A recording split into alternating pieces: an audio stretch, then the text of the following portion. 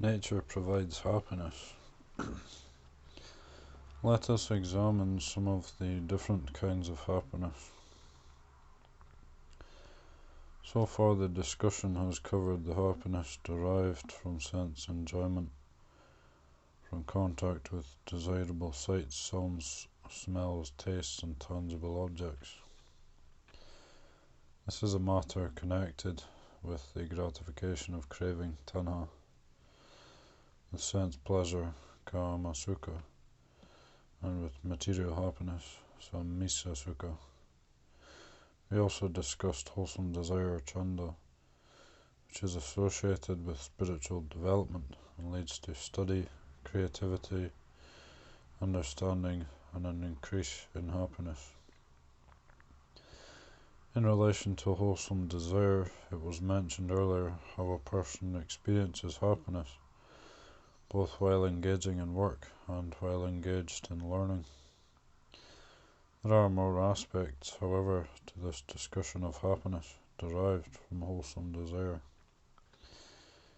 This increased happiness includes happiness on a social level, the joy of friendship, the joy of living with others with a heart of kindness and compassion, and the joy in families and communities of living together with mutual goodwill, care, and love, of rejoicing in harmony, and of being united in the virtues conducive to communal life.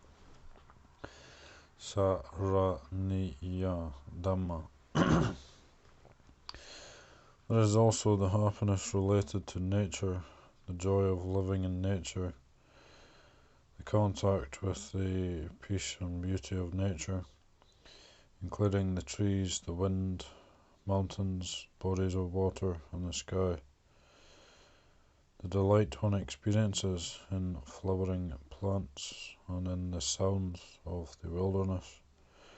For instance, the calls of birds, the cries of wild animals, and the rumble of thundering skies. Both the happiness in relation to society and the happiness in relation to nature are emphasized and praised in Buddhism. They are sometimes combined in a single teaching of living together with kindness and in harmony even while residing in the forest, as is documented in the Gosingasala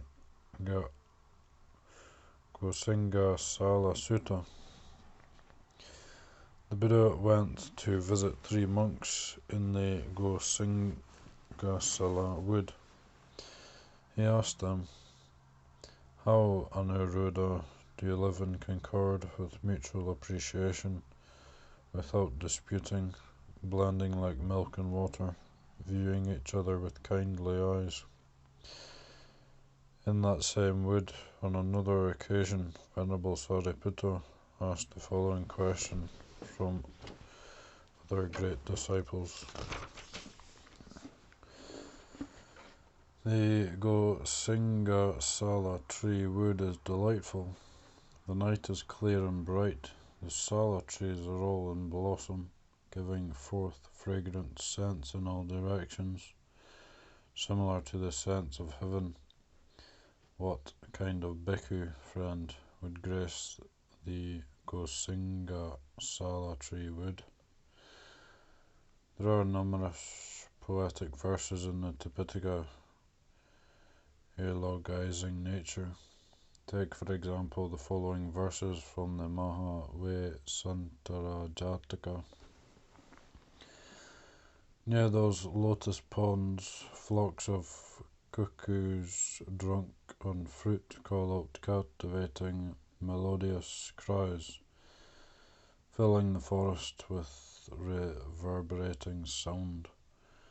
When the bushes bloom in season, a sweetness like honey drips from the blossoms resting on the lotus leaves.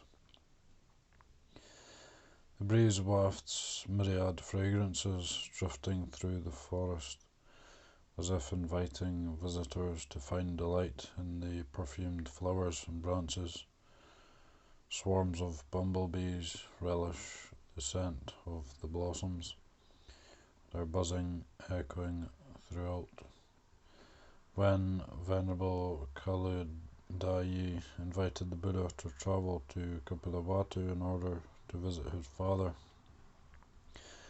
he spoke approximately 60 verses praising the beauty of nature found in the regions along the path to be travelled. In the end, the Buddha accepted the invitation. Here are two of these verses. Fanned by breezes, the champaka trees, orchids, and laurel send out their fragrance. The crown of the trees, filled with blossoms, send down their colourful branches, as it thoughtfully extending their arms and paying respects with their scent. Venerable Sir, the victorious one, now is the right time to go. Splendid parakeets and magpies with sweet-sounding voices fly and throng among the treetops, twittering and calling out on both sides of the path. Now is the time for the Lord to see his Father. In some, the Buddha and the Arahants, whose hearts are purified, find delight in the peace and beauty of nature, and abide happily in natural surroundings. Trainees, Seka, and unawakened persons find in nature a tranquil and refreshing environment, conducive to meditation and the development of wisdom. In reference to the development of ethics, one can see here how virtue is developed along with happiness, how happiness is an important part of developing one's life, and how people are able to generate happiness within themselves. Wholesome desire is the catalyst behind this development, and an education or training based on such desire automatically helps to cultivate a strong ethical foundation. Finally, there is the supreme happiness, the happiness of wisdom, which belongs to the stage of independent happiness. Wisdom is a liberating factor. If one faces a stumbling block or obstruction, and one doesn't know how to respond, the situation is immediately clarified and resolved with the dawn of wisdom. When faced with confusion, not knowing which way to turn and where safety lies, the heart feels oppressed and stifled. But with the arising of wise understanding, the sense of oppression and affliction disappears. When encountering a problem and no solution is apparent, one may suffer greatly, but when wisdom provides an answer, one is freed from suffering. Wisdom gradually provides freedom on many levels of one's life. When one is able to untangle the nexus of suffering, one reaches final and complete liberation, which is also perfect happiness.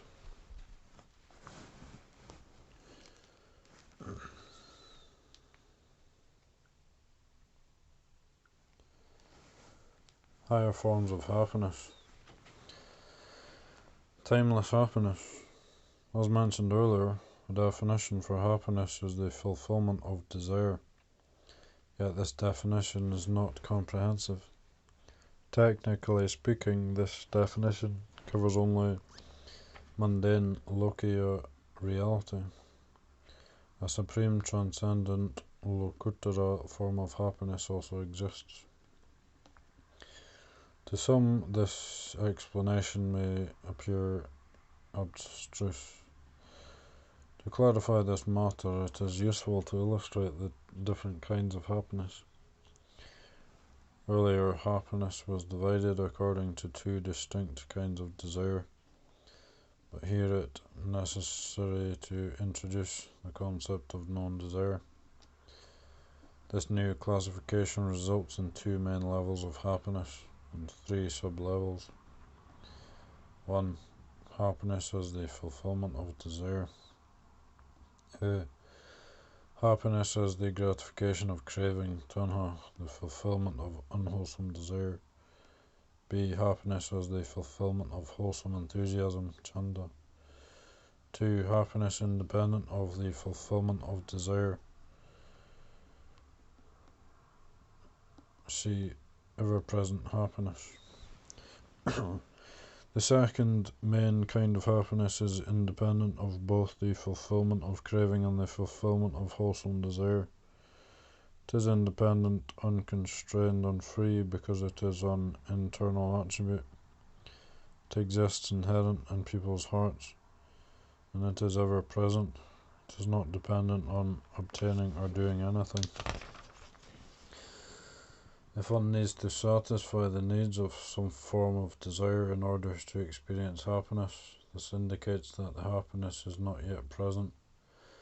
One must then wait for fulfillment by pursuing or creating something. An independent kind of happiness, however, already exists within a person. Therefore, it is free from the gratification of desire.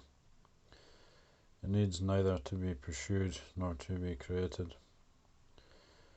Here someone may ask the question, are those people endowed with such happiness free from all desire, free from both craving and from wholesome desire?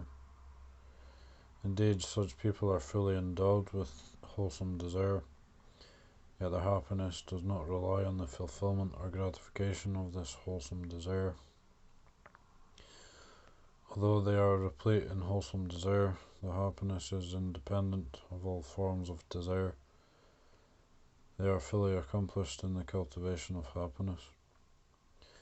To reach this accomplishment, one must first brimful of wholesome desire, and then one transcends even this desire. Take, for example, the Buddha, who is described in one particular passage, was endowed with 18 attributes, Buddha Dhamma. The relevant attribute here is that he possessed unremitting wholesome enthusiasm, nati chandasa hani. We see here the magnitude of the Buddha's commitment to perform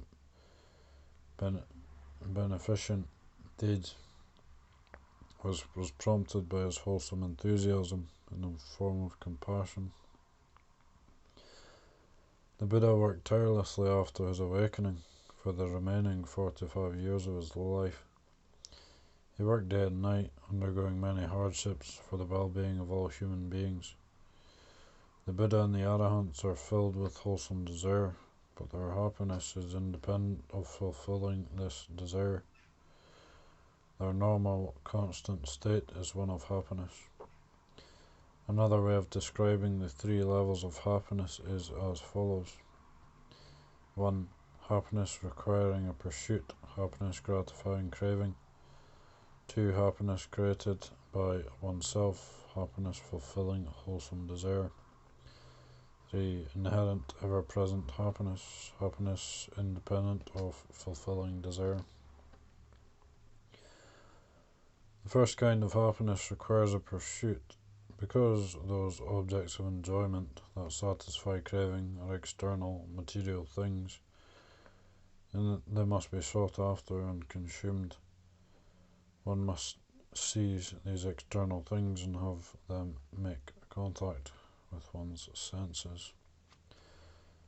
The kind of happiness is self-generated, because in order to fulfill the desire to learn, the desire to know, the desire to study, the desire to perform a wholesome deed, the appreciation of nature, etc., one relies on one's own dedication and commitment. This happiness can be created without relying on external things. The third kind of happiness is ever present, for when happiness exists as an internal attribute, as an ordinary and natural state of mind, then it is constantly present. One need not seek or do anything to obtain such happiness. One may wonder how to become a person who is able to enjoy all three kinds of happiness. The pleasure of seeking sense objects, self-generated happiness, and abiding, ever-present happiness. When such a person be proficient, indeed stream enterers are those individuals able to enjoy these three kinds of happiness. It turns out that those persons who are truly accomplished in all three levels of happiness, i.e. the Arahants, are fully satisfied by independent, unconstrained happiness. Although if they wanted to, they could enjoy all three kinds of happiness. They are no longer interested in the first kind of happiness dependent on material objects. This will be discussed at more length below.